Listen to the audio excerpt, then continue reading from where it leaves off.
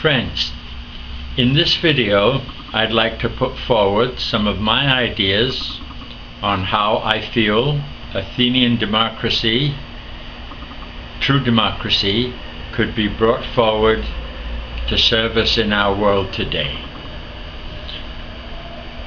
Any citizen willing to serve their country for a year would pick up their lottery ticket.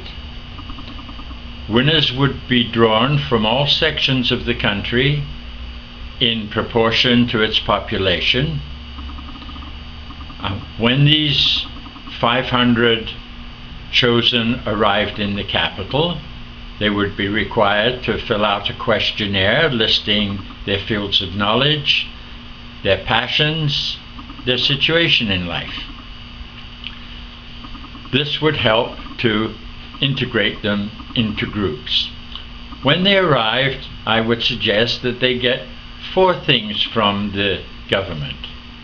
First of all, a fat salary with no expense accounts, free housing, and in each house would be a computer linked to the others on the Council of 500, plus an assistant supplied by the civil service, whose job it would be to help them with scheduling and communications. At first, I would suggest a lot of socialization so that they would all get to know each other and form informal special interest groups. For example, young mothers from one side of the country would have much in common with a young mother from another side of the country. Seniors, teenagers, immigrants, people involved in the arts, people involved in industry. These groups would meet and get to know each other, and this would ensure that the interest of the particular groups they came from would find their way to the agenda so that they could be addressed by the council. Plus, of course, their geographical location groups, which naturally they would represent.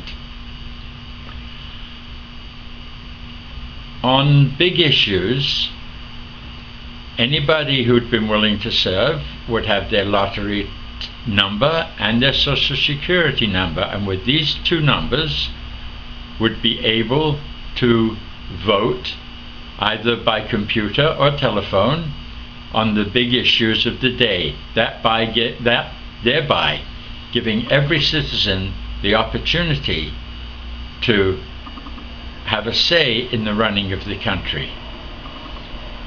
While we're talking of civil service, I can't overstate how important I think it is for a country to have a really good and professional civil service. I personally like the idea of the ancient Chinese model, where the civil service examinations were so difficult that only the best and the brightest would even attempt them, and to rise through the ranks of the civil service was considered the highest rank that an ordinary citizen could attain to. The specialized councils that served under the 500 would be made up of people nominated and voted upon by the 500. For example, the Economic Council would be made up of people who, through their life's work, either by study or direct experience, had a deep understanding and knowledge of economic matters, both local and international. Likewise, the Ecological Council, the Military Council, any council that the 500 set up in order to bring them information so that they would be better able to vote on the issues of the day. I must say that what we have in the world today, as far as I can see, is oligarchies masquerading as democracies. And personally, I would trust any 500 Canadians I ever met who being unencumbered by allegiances to political parties or to organizations who'd financed them into their position, could be counted upon to vote with integrity and good judgment and goodwill towards their other fellow citizens.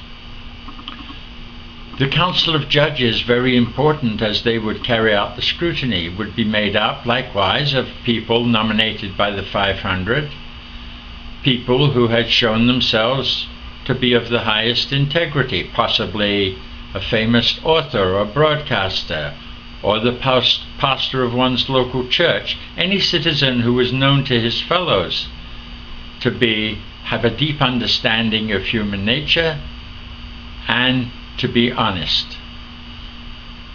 When the scrutiny was carried out, there would be no lawyers, it would be people talking to people. And if the judges felt that some corruption had taken place, then they could send out the investigators.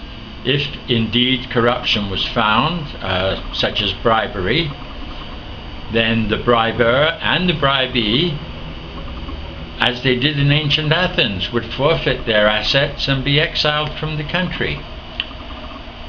These are just a few of the ways that I feel true democracy, which is at root government of the people, by the people, could be updated to serve us in our world today. In my next video, I would like to suggest a strategy by which possibly this could be achieved, and also discuss what happens when vested interests take over government. My name is David Halevy. I live in British Columbia, Canada, and I thank you for watching. Oh, one last thought. When the shoe fits, the foot is forgotten. When the belt fits, the belly is forgotten. And when the heart is right, for and against are forgotten. Thank you all for watching.